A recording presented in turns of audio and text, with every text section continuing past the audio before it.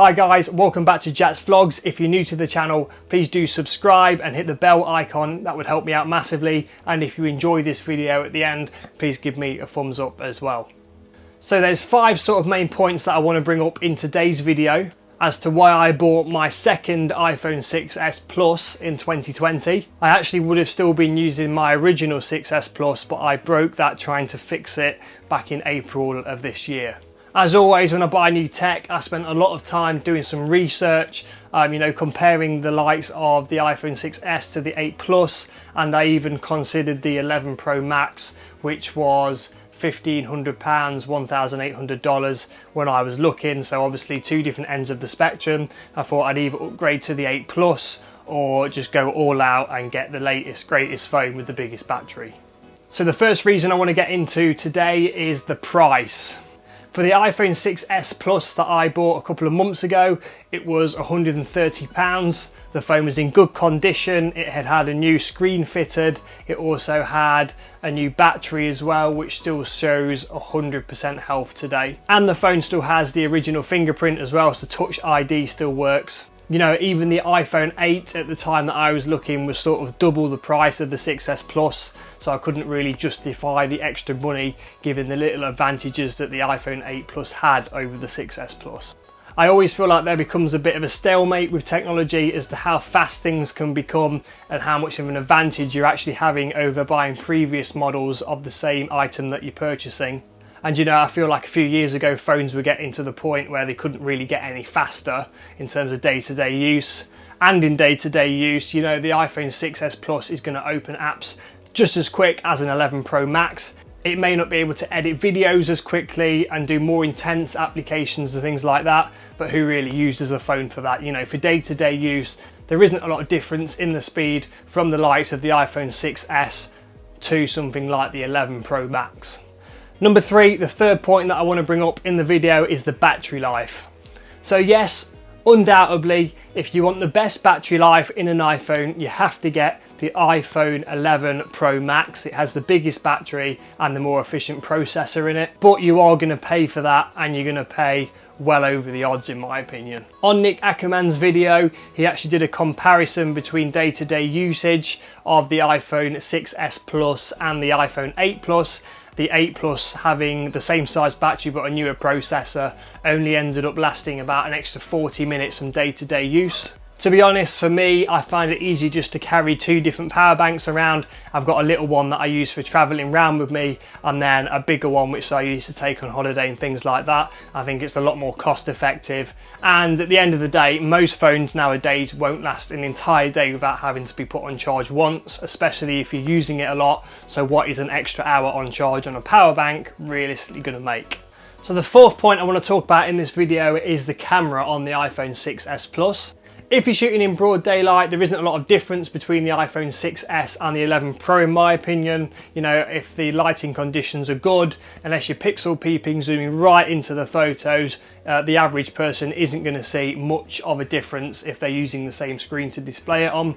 The iPhone 11 Pro has the advantage of having the 2 extra lenses, which I can't really see people using all that much. Maybe the wide angle. The 11 Pro is going to have better colours and contrast and things like that, but you've got to consider, is it really worth the extra price tag to pay for that? If you're taking lots of selfies in your bedroom and things like that, honestly, just buy a good selfie light, buy a studio light, and I'm pretty confident you will outperform the images of the iPhone 11 Pro without a light, if that makes sense, because any photographer will tell you that good lighting is key to getting a good photo. If you want to take it up a level and take really good photos or videos, buy the iPhone 6s or the 6s Plus and spend the extra money on a good DSLR or high-end pocket camera. These will massively outperform the iPhone 11 Pro and will, give you much better video and a lot better photos as well. If I go anywhere and I know I'm going to take some photos or videos, I make sure the Canon 6D, which I'm shooting on now,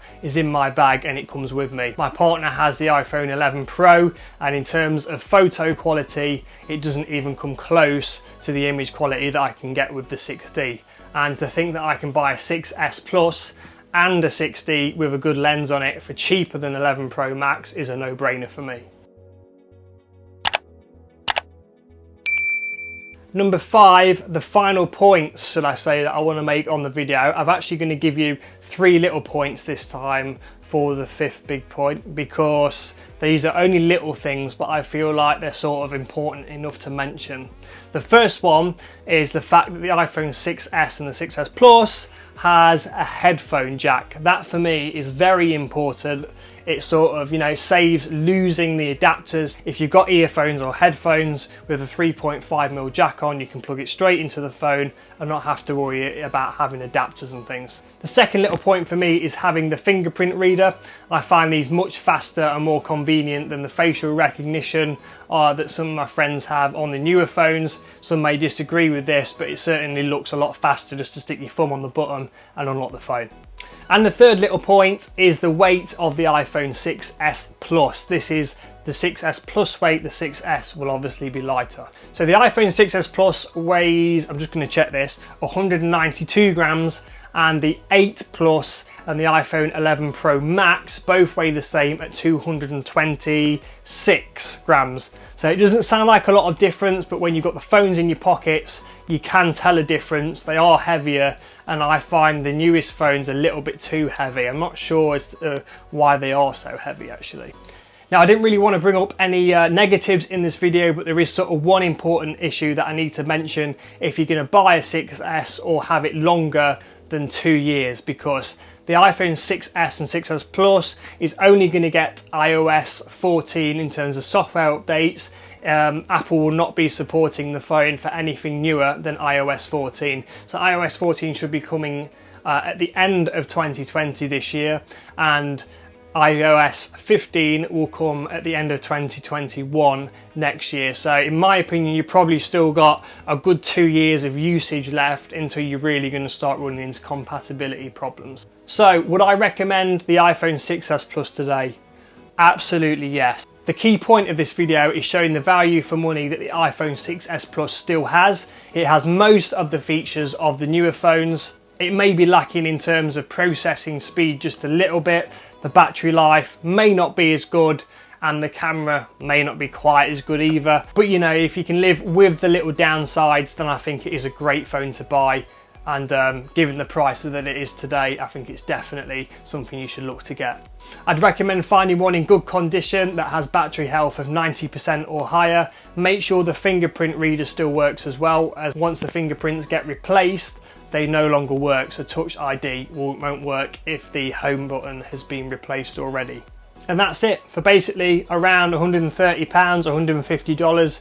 It turns out you can get a 6S Plus, 64GB, a phone that will last you 2 years if you look after it. It's an absolute steal, and you can put the extra money you've saved towards something else. If you like doing videos and photos, put it towards a good camera, why not? Once again, thanks for watching this video. I hope you've enjoyed it. Please do subscribe to the channel if you like this sort of tech videos. Hit the bell icon as well, and don't forget, if you've got any comments, want any help or anything like that, post your comments in the comment section below and I'll be sure to get back to you as soon as I can. Thanks for watching and stay safe.